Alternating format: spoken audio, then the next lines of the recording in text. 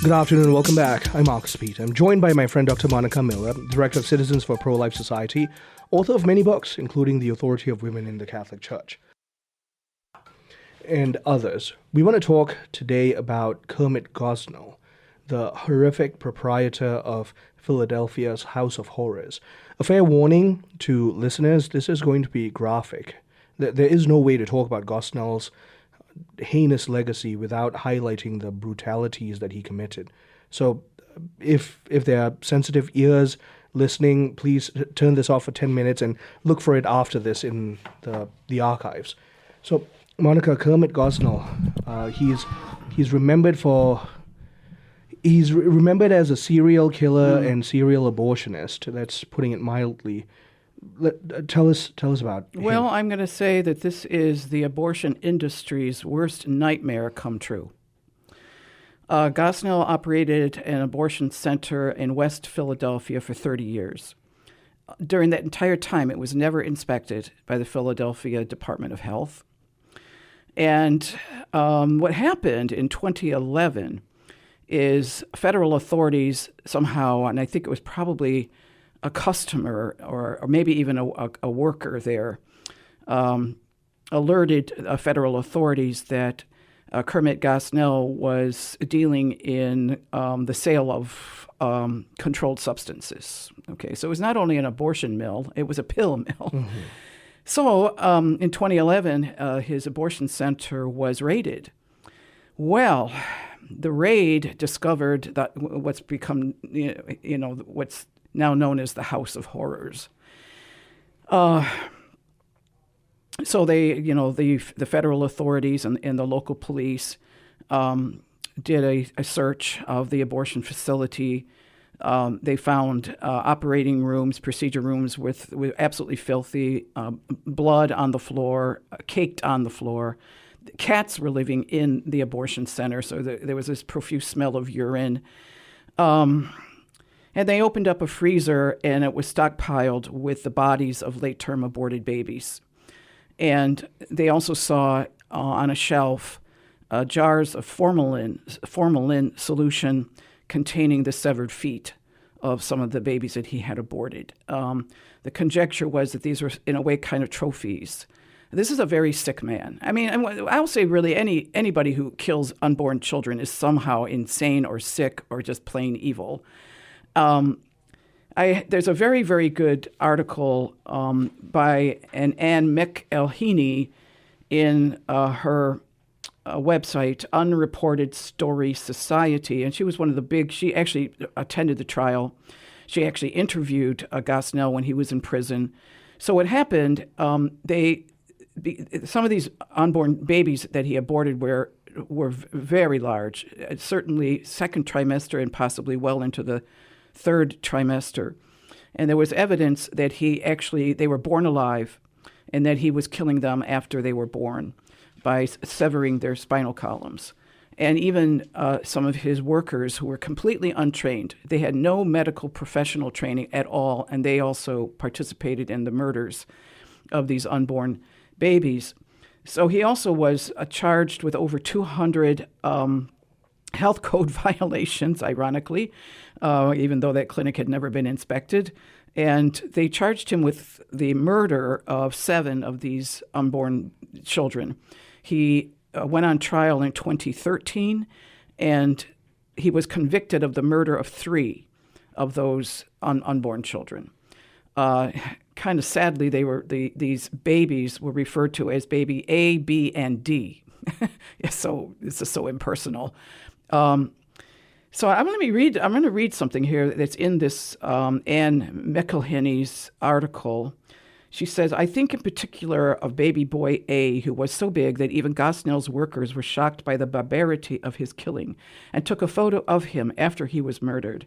He shook their hardened hearts. Baby A lived for about an hour before he was killed. The picture of him curled up in a Tupperware container helped seal Gosnell's fate and ensured he'd never kill again. That heartbreaking picture has also meant that I am not the only one who will never forget baby A. The other diabolical goings on, he killed 2 women. One of them was an immigrant. Her name, if I can pronounce it correctly, Kanamaya Mangar, was in this country for 4 months. She was from a place called Bhutan, Bhutan, and she died. She had got an infection after the abortion, and she was given drugs, which she basically overdosed on as a consequence. These drugs were given to her by the Gosnell workers. And then there was this Semkia Shaw, a young mother who died after a botched abortion at Gosnell's hands. This reporter, and I think this is quite right, she says their deaths were also caused because of bureaucratic incompetence and the liberal political imperative to shield abortion and abortionists from criticism. Now, here's the real issue when all is said and done. If Gosnell had killed these babies, and they're saying there were probably hundreds of these late-term aborted babies killed after they were born alive. If they had been killed 2 weeks earlier and died in utero, this would have been legal. This would have been protected. This would have been defended. This would have been a woman's right to choose, quote unquote. Yeah. But because they were further along, and they were killed outside of the woman's body after the delivery, this is insanity. It really is. Yeah. This is, I'm going to say, probably in some ways the tip of the iceberg when it comes to the abortion practice. I mean, you know that I have had my own experience beginning in 1987 and through almost the entire year of 1988, retrieving the bodies of abortion victims from abortion center trash containers. I mean, this is horrific. This is the height of an atrocity, the desecration of everything sacred and holy when it comes to the dignity of the human person. And, once the law, Gosnell is the product of a law that already said that certain human beings are expendable. And he simply exploited the law that allowed him to kill people. And so we can never forget, I think it was at the end of the LifeSite article that there was a notice to pray for the repose of his soul. And you have to, maybe he had some repentance, serving, how many years in jail. He was sentenced in 2013. You can only hope that that's true. I have personally even prayed for some deceased abortionists, in particular Leroy Carhart, who ran a late-term abortion center in Baltimore. And I actually met him on a plane when I was giving a speech in Omaha, Nebraska, where he actually lived. That was his home. And he had an abortion center in Omaha. But he would get on a plane on a Sunday to travel to Baltimore to kill at that particular abortion center. And I happened to be on the same plane. And I was able to have a conversation with him when I got off the plane, and I even gave him a copy of my book. I was probably his worst nightmare come true, because I was all about admonishment and trying to provoke his conscience. And he took my book, Abandoned, the Untold Story of the Abortion Wars.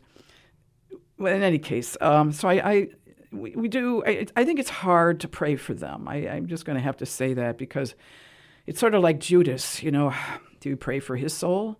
These people are in insane, the deepest darkness of, their souls. But Kermit Gosnell died about 2.5 weeks ago, so may God have mercy. May God have mercy on his soul. We don't have any indicator that there was some drastic conversion. So I don't know of any. Yeah, so we do have to pray. My guest has been Dr. Monica Miller, Director of Citizens for a Pro-Life Society. We've been talking about the passing of Kermit Gosnell, the serial murderer and abortionist. Stay tuned. I'm Marcus Peter.